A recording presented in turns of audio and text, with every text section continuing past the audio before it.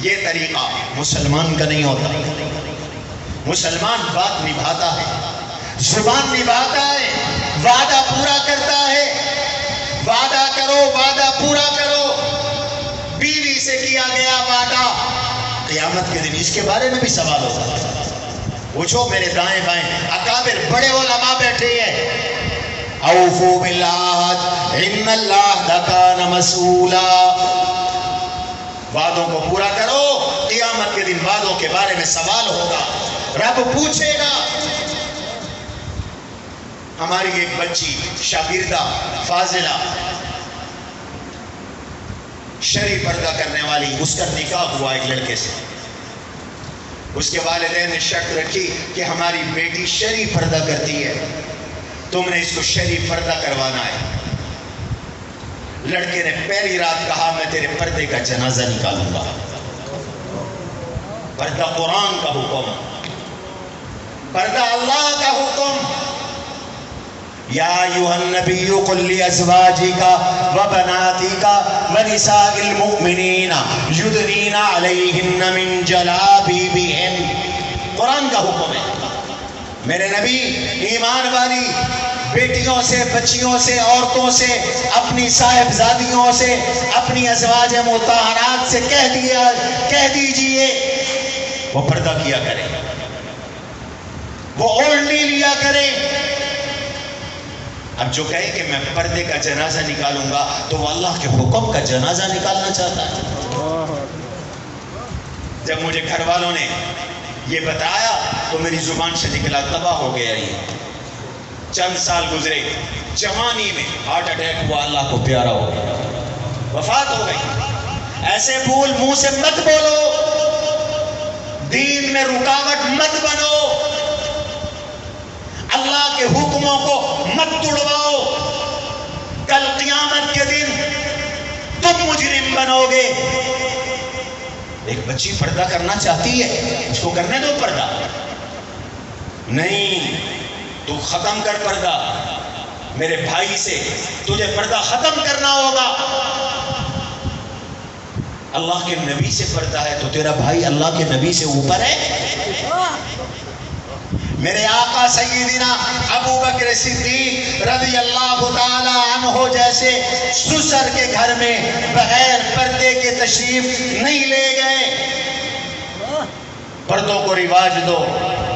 اللہ کی قسم، پردہ عزت کی حفاظت کا ذریعہ ہے. پردہ گھر کی رازداری کی حفاظت کا ذریعہ ہے. بات دور نکل گئی. یہ حضور کی پہلی لخت جگر ہے. دوسری لخت جگر ہے رقیہ. تیسری صاحبزادی ہے ام کلثوم. رقیہ اور ام کلثوم کا نکاح ابو لہب کے بیٹوں عتیبہ اور عتبہ سے تھا. یاد رکھیے، عتیبہ اور عتبہ سے تھا. اور ابو لہب نے پیغمبر کی گستاخی کی، حضور کے لیے پتھر اٹھایا، پتھر مارنے لگا، بددعا دی، توہین کی. تبت لک یا محمد الہذا جماعتنا. میرے رب نے قرآن اتارا، تبت یدا ابی لہب وتب ما اغنی عنہ مالہ وما کسب سیصلی نارا ذات لہب وامرأته حمالۃ الحطب فی جیدها حبل من مسد. قرآن نے پیشین گوئی کی. ابو لہب بھی تباہ ہو گیا، اس کی بیوی بھی تباہ ہو گئی، دونوں مر گئے. نبی کا گستاخ یوں جہنم میں جاتا ہے. پھوڑا نکلا بغل کے نیچے، طاعون کا پھوڑا. حکیموں ڈاکٹروں نے گھر والوں سے کہا اس کے قریب نہ جانا ورنہ بیماری سب کو لگ جائے گی. یہ اللہ کی پکڑ تھی، یہ اللہ کا عذاب تھا. آج گناہ تیرے میرے ہیں اور امتحان میں بیچارے جانور آئے ہوئے.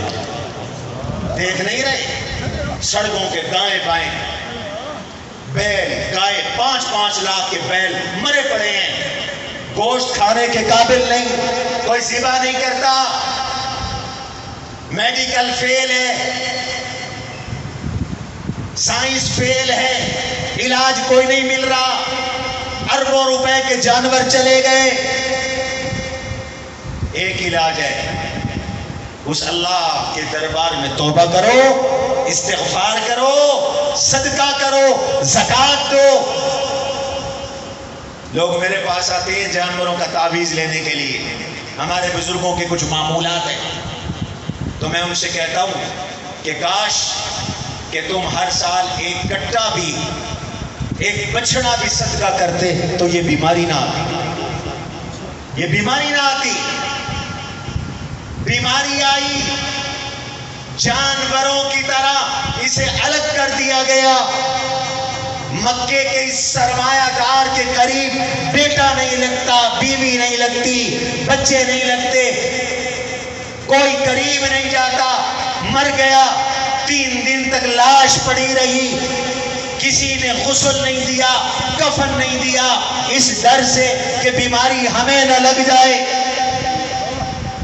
3 دن کے بعد حبشی غلاموں کو بلایا گیا، لکڑی سے انہوں نے اس کی لاش کو کھینچا، گڑھا کھود کر اس پہ ڈالا، اوپر مٹی ڈال دی۔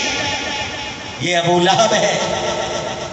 جب یہ سورت اتری تو ابو لہب نے اپنے ان دونوں بیٹوں سے کہا، عتیبہ سے کہا، عتبہ سے کہا کہ جاؤ محمد کو اس کی بیٹیوں کی طلاق دو۔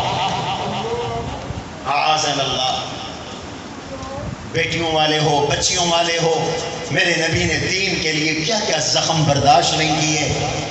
آج کسی کی ایک بیٹی کو طلاق ہو جائے، اللہ کسی کے ساتھ ایسا نہ کرے، جیتے جی مر جاتا ہے۔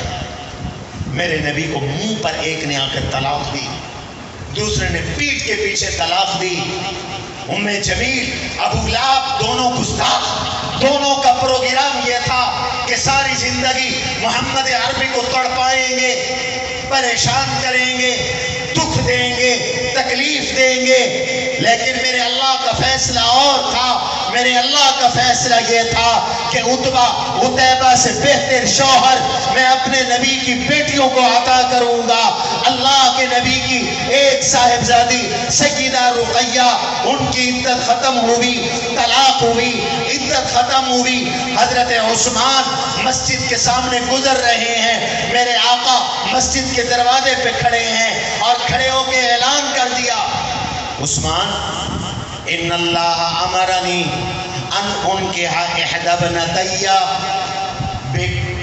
مجھے اللہ نے حکم دیا ہے میں اپنی لخت جگر کا، ایک لخت جگر کا نکاح عثمان سے کر دوں۔ حضرت رقیہ کا نکاح حضرت عثمان سے کر دیا، اللہ کے نبی نے حضرت عثمان سے کر دیا۔ عتیبہ سے بہترین شوہر اللہ نے رقیہ کو عطا کیا۔ حضور کی آنکھیں ٹھنڈی ہوئی، خوش ہوئے۔ نبوت کے 5ویں سال حبشہ ہجرت کر کے لوگ جا رہے تھے، حضرت عثمان حضرت رقیہ کے ساتھ ہجرت کر رہے تھے۔ میرے نبی نے دیکھا تو کیا جملہ ارشاد فرمایا، فرمایا بیوی کے ساتھ اللہ کے رستے میں ہجرت یا تو ابراہیم علیہ السلام نے فرمائی تھی یا ابراہیم کے بعد روئے عرض پر اللہ نے یہ احساس میرے داماد عثمان اور میری لخت جگر رقیہ کو عطا کیا۔ قرآن اترا، والذین ہاجروا من بعد ما ظلموا والذین هاجروا فی اللہ من بعد ما ظلموا لنبوئنہم فی الدنیا حسنہ ولأجر الآخرۃ اکبر لو کانوا یعلمون۔ یہ آیت اتری حبشہ کے مہاجرین کے بارے میں۔ میرے نبی جو ظلم سہ کر میرے راستے میں گھر چھوڑ کے جا رہے ہیں، وطن چھوڑ کے جا رہے ہیں، ان کو بتا دو تمہاری دنیا بھی مبارک، تمہاری آخرت بھی مبارک۔ میں دنیا میں مکہ کے گھر سے تمہیں اچھا گھر دوں گا، مکہ میں رزق سے اچھا رزق دوں گا، اور آخرت کا اجر تو اس سے بڑھ کر ہے۔ اللہ نے یہ خوشخبری دی اور عثمان حبشہ گئے، حبشہ سے مدینے آئے، ذوالہجرتین بنے۔ اللہ نے بے انتہا رزق بھی عطا کیا، بہترین گھرانہ بھی عطا کیا۔ مدینے آ گئے، حضرت رقیہ کا انتقال ہو گیا، موت و حیات اللہ کے ہاتھ میں ہے۔ حضرت عثمان پریشان ہے، حضور کی دامادگی کا شک ٹوٹ گیا، ختم ہو گیا۔ اللہ کے نبی نے حضرت عثمان کو پریشان دیکھا تو بلایا اور بلا کے فرمایا، عثمان، میری دوسری لخت جگر جو ابو لہب کے بیٹوں نے چھوڑی تھی، ام کلثوم، وہ بھی ابھی گھر میں موجود ہے۔ اب میں ام کلثوم کا نکاح تم سے کرتا ہوں۔ ذوالہجرتین بھی بن گئے، ذوالنورین بھی بن گئے۔ ذوالنورین کا معنی دو نوروں والا، ایک نور پیغمبر کا نور رقیہ، دوسرا پیغمبر کا نور سیدہ ام کلثوم۔ علی کو ایک نور ملا، ابو العاص کو نبی کا ایک نور ملا۔ جلال پور والوں، اس عثمان کی عظمت کو سلام کرو، اسے نبی کے دو نور نصیب ہو، اس لیے ان کو ذوالنورین کہتے ہیں۔ یہ حضور سے تعلق ہے۔ اللہ کے نبی علیہ السلام کے ساتھ ایک تعلق یہ بھی ہے، یہ حضور کے سفیر ہیں۔ کون ہے؟ سفیر۔ میرے نبی سن 7 ہجری میں عمرے کے لیے مکے آ رہے ہیں، حدیبیہ میں ٹھہر گئے۔ عمر، تو جا کر مکے والوں کو سمجھا، ہمارے راستے میں رکاوٹ نہ کریں، ہم لڑنے نہیں آئے، ہم عمرہ کرنے آئے، عبادت کرنے آئے ہیں۔ آقا حکم ہے تو ضرور جاتا ہوں۔ مشورہ یہ ہے کہ آپ کی سفارت کے لیے بہترین شخصیت عثمان کی ہے۔ عثمان کے ان پہ احسانات ہیں، عثمان کے رشتہ دار بھی ہیں، عثمان کو بھیجے۔ عثمان حضور کے سفیر بن کر مکہ میں گئے، یہ سفیر رسول ہے۔ حضرت عثمان کو گرفتار کر لیا گیا، توجہ کرو، لیکن پیشکش ہوئی، آفر ہوئی، عثمان تمہیں اجازت ہے، تم احرام کی حالت میں ہو، کر لو بیت اللہ کا طواف، صفا مروہ کی سعی، حلق کروا لو، تم عمرہ کر سکتے ہو۔ لیکن محمد عربی صلی اللہ علیہ وسلم کو عمرے کی اجازت نہیں ہے، صحابہ کو عمرے کی اجازت نہیں ہے۔ تو پیغمبر کے ساتھ حضرت عثمان کا تعلق دیکھو، ایک طرف بیت اللہ ہے، ایک طرف رسول اللہ ہے۔ عثمان کہتے ہیں بیت اللہ کی عظمت بتانے والے رسول اللہ ہے، رسول اللہ اگر طواف نہیں کرتے تو عثمان بھی طواف نہیں کرے گا۔ اگر رسول اللہ کو عمرے کی اجازت نہیں تو عثمان بھی عمرہ نہیں کرے گا۔ حضور کے بغیر عمرہ نہیں کرنا، میرے نبی کے بغیر عمرہ نہیں۔ عمرے کا اجر تب بنے گا جب حضور ساتھ ہوں گے، میرے نبی قیادت کریں گے، عمرہ نہیں کیا، یہ حضور سے تعلق ہے۔ تیسرا تعلق یہ ہے حضرت عثمان کا جناب رسول اللہ صلی اللہ علیہ وسلم سے۔ حضور کو اطلاع ملی کہ عثمان شہید ہو گئے، یہ غلط خبر تھی۔ عالم الغیب کون ہے؟ سارے بولو، اللہ کی ذات ہے۔ حضور کو نہیں پتا، لیکن خبر ملی حضور کے سفیر شہید ہو گئے۔ سفیروں کا قتل ملک پہ حملہ ہوتا ہے، دنیا کے قوانین کے خلاف ہے، کسی سفیر کو کوئی قتل کرے۔ حضور کو پتہ چلا ہمارا سفیر عثمان شہید ہو گیا۔ میرے نبی نے ایک درخت کے نیچے سب صحابہ کو جمع کیا، فرمایا بیعت لو، میرے ہاتھ پر بیعت کرو، موت کی بیعت، جان دے کے جائیں گے۔ آج کافروں سے لڑیں گے، اتنا لڑیں گے، اتنا لڑیں گے کہ یا فتح حاصل کریں گے یا جان دے دیں گے، پیچھے نہیں ہٹیں گے۔ یہ بیعت عثمان کے لیے تھی، حضرت عثمان کے انتخاب میں تھی۔ خبر یہ تھی عثمان شہید ہو گئے، میرے نبی نے بیعت لی، ایک ایک صحابی نے بیعت کی. عبداللہ بن مسلمہ نے 3 مرتبہ بیعت کی. شروع میں بھی کی, درمیان میں بھی کی, آخر میں بھی کی. موت کی بیعت, مروں گا اللہ کے راستے میں, جام شہادت نوش کروں گا. قرآن نے ذکر کیا لقد رضی اللہ عن المؤمنین اذ یبایعونک تحت الشجرہ. عثمان کی برکت سے اللہ سارے صحابہ سے راضی ہو گئے. جس نے حضور کے ہاتھ پہ بیعت کی اللہ سب سے راضی ہو گئے. صحابہ میں اونچا درجہ بیعت رضوان والوں کا ہے. سب سے اونچا درجہ خلفائے راشدین کا ہے. خلفائے راشدین کے بعد 10 مبشرہ کا ہے. وہ 10 صحابہ جن کو حضور نے جنت کی خوشخبری دی. ابو بکر فی الجنہ, عمر فی الجنہ, عثمان فی الجنہ, علی فی الجنہ, طلحہ فی الجنہ, زبیر فی الجنہ, عبد الرحمن ابن عوف فی الجنہ, سعد فی الجنہ, سعید فی الجنہ. اور تیسرے نمبر پر سب سے اونچا درجہ بیعت رضوان والوں کا ہے. پھر بدر والوں کا ہے, بدر والوں کا, اور بدر والوں کے بعد بیعت رضوان والوں کا.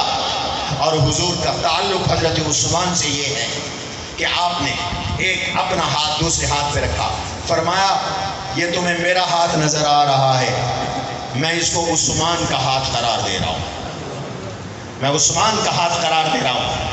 اللہ کے نبی نے اپنے ہاتھ کو عثمان کا ہاتھ قرار دے کر بیعت کی.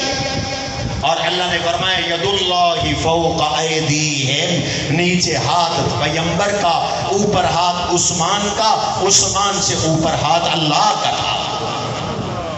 یہ حضرت عثمان کا کمال ہے.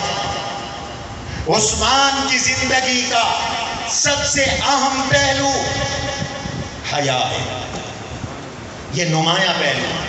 اللہ نے سارے صحابہ کو حیادار بنایا, لیکن عثمان کا حیا سب سے زیادہ تھا.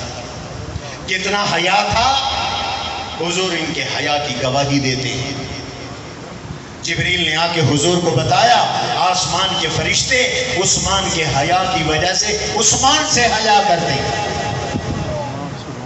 ارحم امتی بامتی ابو بکر واشدهم فی امر اللہ عمر واصدقهم حیاء عثمان. سب سے زیادہ حیا میں سچے عثمان ہیں.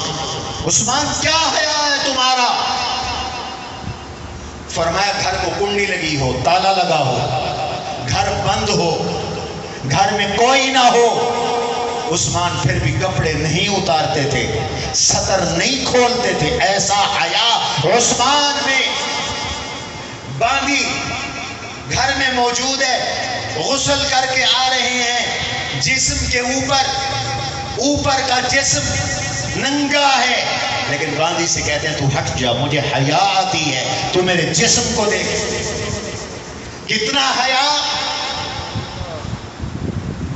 باقی جب شہید کرنے لگے تو ایک تقریر فرمائی, اور اس تقریر کے اندر بڑے عجیب جملے فرمائے. فرمایا لوگوں سنو,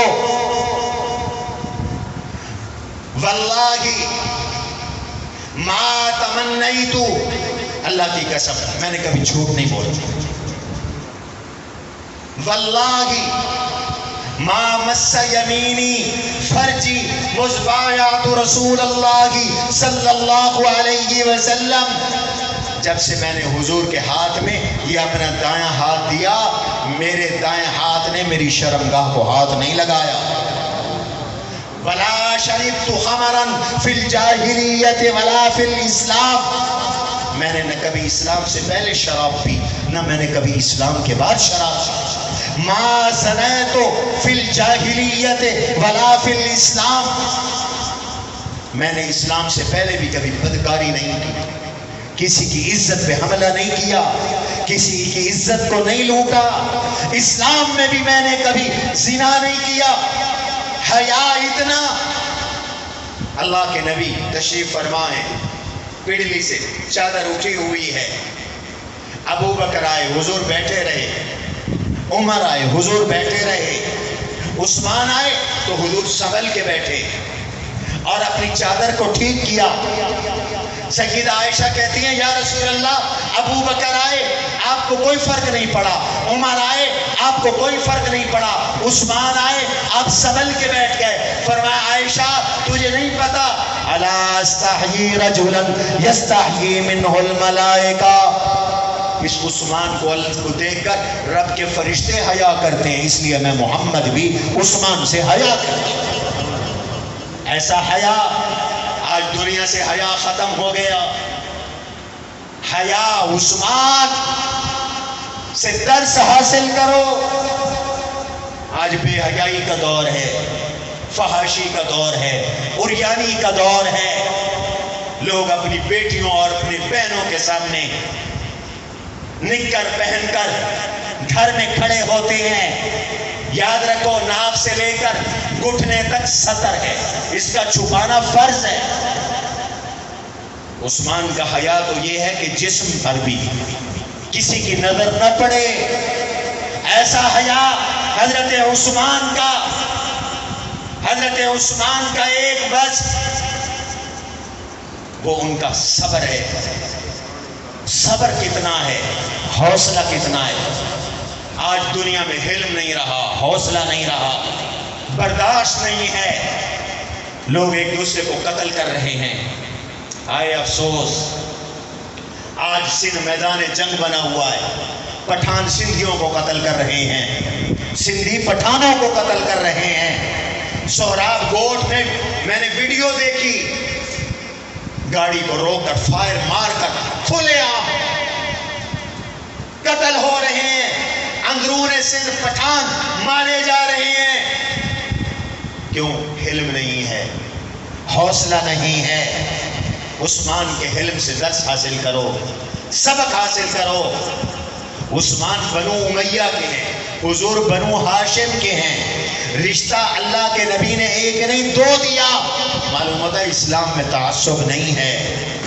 سندھی اور پٹھان کا کوئی تعصب نہیں، لوکل اور مہاجر کا کوئی تعصب نہیں، علاقے اور جگہ کا کوئی تعصب نہیں۔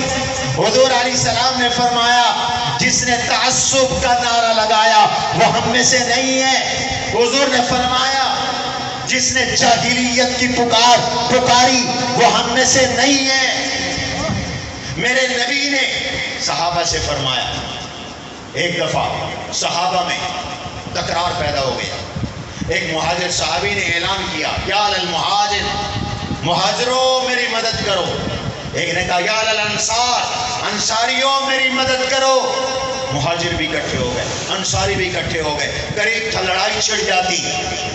حضور علیہ السلام اچانک تشریف فرمایا یہ میں کیا سن رہا ہوں؟ دعوی الجاہلیہ، یہ جاہلیت کی پکار، جاہلیت کی آوازیں ہیں۔ برادری، علاقے کا تعصب، دعوہا فإنہا خبیثہ، چھوڑو اس تعصب کو، یہ گندگی ہے۔ حضور تعصب مٹانے آئے ہیں۔ اللہ کے نبی نے حجۃ الوداع کے موقع پہ فرمایا تھا عربی اور عجمی کا تعصب بھی نہ کرو۔ لیس لعربی علی عجمی فضل، کسی عربی کو کسی عجمی پر کوئی فضیلت ہے، سب برابر۔ یا ایھا الناس انا خلقناکم من ذکر و انثی وجعلناکم شعوبا وقبائل لتعارفوا ان اکرمکم عند اللہ اتقاکم۔ تم سب کا ابا بھی ایک ہے آدم، تم سب کی اماں بھی ایک ہے حضرت حوا۔ یہ برادریاں علاقے تو پہچان کے لیے ہیں، تعصب نہ کرو۔ حلم، حوصلہ اللہ کی نعمت۔ حضور نے فرمایا الاناءۃ من اللہ والعجلۃ من الشیطان، برداشت، حوصلہ یہ اللہ کی طرف سے ہے، جلد بازی، غصہ شیطان کی طرف سے ہے۔ حضرت عثمان میں حلم تھا، حوصلہ تھا۔ ایک دفعہ مسجد سے نکلے، اچانک ایک آدمی کو دیکھا، اس کے ہاتھ میں خنجر ہے، پکڑ لیا اسے۔ تو کون ہے؟ کہنے لگا آپ کو قتل کرنے کے لیے آیا ہوں۔ ظالم، کیوں مجھے قتل کرنا چاہتا ہے؟ کہنے لگا یمن سے آیا ہوں، آپ کے گورنر نے مجھ پہ ظلم کیا ہے۔ حوصلہ دیکھو عثمان کا، فرمایا اگر میرے گورنر نے ظلم کیا ہے، تو نے مجھے شکایت کی ہوتی، میں نے تجھے انصاف نہ دیا ہوتا، تو تجھے جرت ہونی چاہیے تھی میرے قتل کی، نہ تو نے مجھے شکایت کی، نہ تو نے مجھ سے انصاف مانگا، پھر کیوں قتل کرنا چاہتا ہے؟ گرفتار کر لیا۔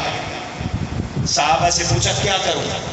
امیر فرمایا امیر المومنین یہ ناقابل معافی جرم ہے، اس کو تختہ دار پہ لٹکانا چاہیے، قتل کرنا چاہیے۔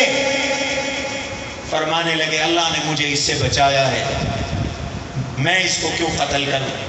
اگر مدینہ میں کوئی گارنٹی ضمانت دے دے کہ آج کے بعد یہ مدینہ میں داخل نہیں ہوگا، مدینہ میں نہیں آئے گا، تو میں اس کو رہا کر دیتا ہوں۔ ایک آدمی نے گارنٹی دے دی، عثمان کا حوصلہ دیکھو، اپنے حملہ آور کو معاف فرما دی۔ اس حوصلے کی ضرورت ہے۔ آج بیٹا باپ کی بات برداشت کرنے کے لیے تیار نہیں، کوئی پڑوسی کی بات برداشت کرنے کے لیے تیار نہیں۔ عثمان کا حوصلہ دیکھو،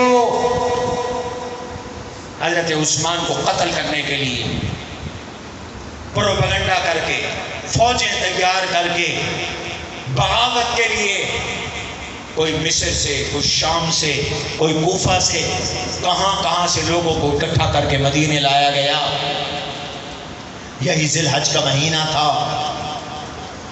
حضرت عثمان کی جب شہادت ہوئی، 18 تاریخ تھی، 40 دن پہلے شہادت سے حضرت عثمان کو گھر میں بند کر دیا گیا، محصور کر دیا گیا، کھانا بند، پانی بند۔ حضرت عثمان رضی اللہ تعالی عنہ کو اللہ نے بڑا حوصلہ دیا تھا۔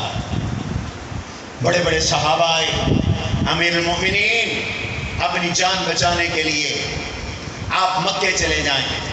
فرمایا میں مکے میں الحاد نہیں کرنا چاہتا۔ آپ شام چلے جائیں۔ فرمایا میں مدینے کو چھوڑنا نہیں چاہتا، حضور کے پڑوس کو چھوڑنا نہیں چاہتا۔ آپ قتل کی اجازت دیں، یہ باغی ہیں، ہم ان سے جنگ کریں، ہم ان کو مار ڈالیں۔ فرمایا میں نبی کی امت میں مدینہ میں سب سے پہلا خون ریزی کرنے والا شخص تاریخ میں نہیں بننا چاہتا، میں اللہ کے نبی کے مدینے میں خون نہیں بہانا چاہتا۔ حضور نے فرمایا تھا جو شخص میرے مدینہ میں خون بہائے گا وہ جہنمی ہوگا۔ میں خون ریزی بھی نہیں چاہتا، میں صبر کروں گا۔ یہ حضرت عثمان کا صبر ہے۔ قدرت کے باوجود ان حملہ آوروں کو قتل نہیں کرتا۔ آج دیکھو جس کے پاس تھوڑی سی طاقت آ جائے وہ اپنے مخالف کو جیلوں میں ٹھونس دیتا ہے۔ کبھی نیب کا ہتھیار استعمال کرتے ہیں، کبھی FIA کا ہتھیار استعمال کرتے ہیں، جھوٹے پرچے، جھوٹے مقدمے، احتساب کے نعرے، چور چور کے نعرے۔ عثمان کا حلم اور حوصلہ دیکھو۔ حضرت عثمان چاہتے تو سب کو قتل کروا دیتے، عثمان چاہتے تو ایک باغی زندہ واپس نہ جاتا، لیکن نبی کے مدینے کا احترام، سبحان اللہ، یہ مدینے کا احترام تھا، روضہ رسول کا احترام تھا۔ یہ عثمان کا حلم، یہ عثمان کا حوصلہ۔ قرآن کی تلاوت میں مصروف ہو گئے، قرآن سے عشق تھا حضرت عثمان کو۔ باقی جب گھر میں کود کر قتل کرنے کے لیے آئے تو ان کی گھر والی کہنے لگی اقتلوہ او دعوہ، تم چاہو مار ڈالو، چاہو چھوڑ دو، اگر چھوڑ دو گے تو ایسے شخص کو چھوڑو گے جو ہر رات ایک رکعت میں پورا قرآن ختم کرتا ہے۔ حضرت عثمان کی گھر والی نے ان کی شہادت کے وقت بتایا، وہ ہر رات ایک رکعت میں قرآن کریم ختم کرتے ہیں۔ قرآن سے عشق اتنا تھا، جمعرات، جمعے والے دن، جمعے کی رات کو قرآن شروع کرتے تھے اور خمیس کی رات کو قرآن ختم کرتے تھے۔ ایک ختم یوں تھا، ایک ختم ہر رات تھا۔ حج پہ گئے تو حجر اسود کے سامنے کھڑے ہو کر ایک رکعت میں پورے قرآن کا ختم کیا۔ جو شخص ہر روز قرآن کا ایک ختم کرتا ہو، ہر ہفتے قرآن کا ایک ختم کرتا ہو، ایک رکعت میں کھڑے ہو کر الحمد سے والناس تک قرآن پڑھتا ہو. اور یہ حدیث بھی حضرت عثمان روایت کرتے ہیں، خیرکم من تعلم القرآن وعلمہ. اس کے راوی بھی حضرت عثمان ہیں. یہ قرآن سے عشق تھا. حضرت عثمان رضی اللہ عنہ کو اس علم اور حوصلے کی پیدا کرنے کی ضرورت ہے. عثمان نے درگزر کیا. درگزر کرنا سیکھو. قرآن کہتا ہے وَلَمَنْ صَبَرَ وَغَفَرَ إِنَّ ذَلِكَ لَمِنْ عَزْمِ الْأُمُورِ. جس نے درگزر کیا، جس نے معاف کیا، اس نے بڑا کام کیا. حلم، صبر اللہ کے نبی سے سیکھو. پتھر کھا کر دعائیں دی میرے نبی نے. پتھر کھا کر دعائیں دی، بد دعائیں نہیں دی. میرے نبی کی سیرت دیکھو. سل من قطع، وہ توڑ رہا ہے تو جوڑ. واعف عمن ظلمک، وہ ظلم کر رہا ہے، وہ ظلم کرتا کرتا تھک جائے تو معاف کرتے ہوئے نہ تھکنا. وَأَحْسِنْ إِلَىٰ مَنْ أَسَاءَ إِلَيْكَ، وہ برائی کرے تو اس کے ساتھ اچھائی کرنا. حضرت عثمان کا ایک کمال یہ ہے کہ حضرت عثمان اللہ کی راہ میں بے دریغ مال خرچ کرنے والے، بے دریغ مال خرچ کرنے والے. جب بھی اسلام کو ضرورت پیش آئی تو عثمان کا مال اسلام پر خرچ ہوا. آپ مسجد نبوی میں نماز پڑھنے جاتے ہیں. یہ مسجد تنگ ہو گئی تھی. حضور نے اعلان کیا تھا مسجد نبوی کے لیے زمین کا ٹکڑا خریدنا ہے. کون ہے جو خرید کر کے دے؟ اللہ اس کو جنت عطا کریں گے. یہ سعادت عثمان کے ہاتھ میں آئی. دوستو، قیامت کی صبح تک تم مسجد نبوی میں نماز پڑھو گے، ایک نماز پر 50,000 کا ثواب ملے گا، لیکن ہر نماز کا ثواب عثمان کو بھی ملے گا. پانی میٹھا نہیں، بیر روم خرید کر کے آزاد کیا. یہ عثمان ہر جمعے کو ایک غلام آزاد کرتے تھے. 2400 غلام حضرت عثمان نے اپنی زندگی میں آزاد کیے. مدینہ میں قحط ہے، تجارت کا قافلہ آیا، لوگ منہ مانگے دام دینے کے لیے تیار ہے. ہاں، ہم نے تو گھی چھپا لیے، ذرا ریٹ اور بڑھے گا پھر بیچیں گے. ہم نے چینی چھپا لی. جلال پور والوں کیسے مسلمان ہو؟ حضور علیہ السلام نے فرمایا لعن اللہ المحتکر. یہ جو کھانے پینے کی چیزیں اس لیے چھپا رہا ہے کہ ریٹ بڑھے، اللہ کی اس پر لعنت ہے. حضور نے لعنت کی ہے ذخیرہ اندوز پر. لعن اللہ المحتکر، المحتکر ملعون والجالب مرزوق. یہ میرے دائیں بائیں اکابر علماء بیٹھے ہیں، ان سے پوچھو. حضور نے فرمایا جو مال چھپاتا ہے اس پہ لعنت برستی ہے. جو مال مارکیٹ میں لا کے لوگوں کی ضرورت کو پورا کرتا ہے، اللہ اس کو رزق عطا فرماتے ہیں، اس کے رزق میں برکت ہوتی ہے. اب گھی سستا ہونے والا ہے، نکالنے کے چکر میں جلدی کرو جلدی کرو، سستا کر کے بیچ دو. یہ مزاج مسلمان کا نہیں ہے. عثمان سے سبق حاصل کرو. دیکھا مدینہ کے لوگ پریشان ہیں، وہ کہہ رہے ہیں 100% منافع. فرمایا نہیں، اس سے زیادہ 200% لے لو، اس سے بھی زیادہ 300% لے لو، اس سے زیادہ 400% لے لو. فرمایا نہیں، مجھے اس سے بھی زیادہ چاہیے. 500%، مجھے اس سے بھی زیادہ چاہیے. 600، 700، 800، 900، اس سے بھی زیادہ. اس سے زیادہ تو مدینہ میں کوئی دینے والا نہیں ہے. فرمایا میں اس سے منافع لوں گا جو دنیا میں بھی دیتا ہے، جنت میں بھی دیتا ہے. میرا یہ سارا گھی، آٹا، کھانے پینے کا سامان میں مدینہ میں مفت تقسیم کروں. ایسا سخی دنیا میں لاؤ.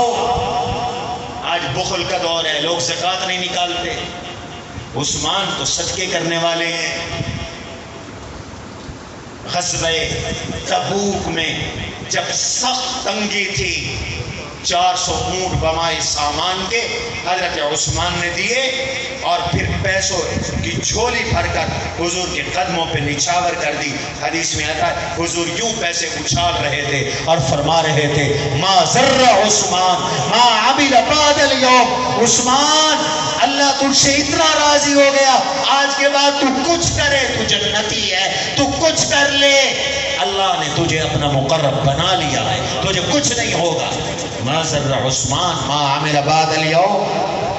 اور آخری بات کرنے لگا ہوں، حضرت عثمان کی سیرت سے سبق سیکھو۔ حضرت عثمان کی طبیعت میں نرمی تھی، نرم طبیعت تھے، تاجر بھی تھے، تجارت بھی کی تو نرمی کے ساتھ کی۔ نرمی والی تجارت سیکھو۔ ایک آدمی سے زمین خریدی حضرت عثمان، زمین خریدی، کافی دن ہو گئے، وہ پیسے لینے نہیں آیا۔ بھئی میاں تم پیسے لینے نہیں آئے، امیر المومنین لوگ مجھے لام تان کر رہے ہیں، تو نے زمین سستی بیچ دی۔ کوئی ہم جیسا ہوتا تو کہتا تیرا میرا سودا ہو گیا ہے، اب کسی صورت زمین کو نہیں چھوڑوں گا۔ حضرت عثمان نے فرمایا میں نے اپنے آقا سے حدیث سنی ہے، سنو، میں نے حضور سے حدیث سنی، ادخل اللہ الجنت رجلا سمحا اذا باع واذا اشترى واذا قضى واذا اقتضى او كما قال۔ تم سارے بزنس مین، دکاندار، تاجر بیٹھے ہو، یہ حدیث پلے باندھ کے لے جاؤ۔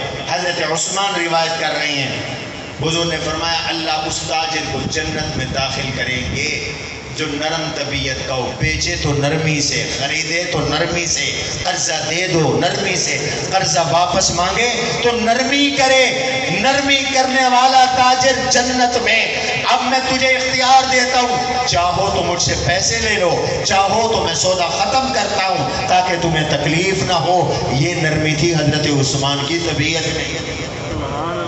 ہم نے تو کسی سے 4 پیسے لینے ہو اس کی ماں بہنیں کر دیتے ہیں، اور دوسری طرف پیسے ہونے کے باوجود ہم پیسے لیتے اس لیے ہیں کہ ہڑپ کر جانا ہے۔ خوف خدا کرو، کیسے مسلمان ہو۔ حدیث میں آتا ہے ایک شخص فوت ہو گیا، اللہ کے پاس پہنچا، اللہ نے فرمایا کیا لایا ہے؟ کہنے لگا الہ العالمین اور تو کچھ نہیں، بزنس اور تجارت کرتا تھا، لوگ مجھ سے قرضے پہ سودے لے جاتے تھے، میں دیکھتا تھا جس کے پاس ادائیگی کی گنجائش ہے اس کو ٹائم دے دیتا تھا، اور جس کو دیکھتا تھا یہ غریب ہے، قرض نہیں ادا کر سکتا، اسے معاف کر دیتا تھا۔ الہ العالمین نے فرمایا یہ میرے بندے سے نرمی کرتا تھا، میرے بندوں سے درگزر کرتا تھا، تم اس سے درگزر کرو، بغیر حساب و کتاب کی اسے جنت میں بھیج دو۔ اللہ مجھے اور آپ کو توفیق نصیب فرمائے اور حضرت عثمان کی سیرت پہ عمل کرنے والا بنائے۔ سبحان ربک رب العزت عما یصفون وسلام المرسلین والحمد للہ رب العالمین۔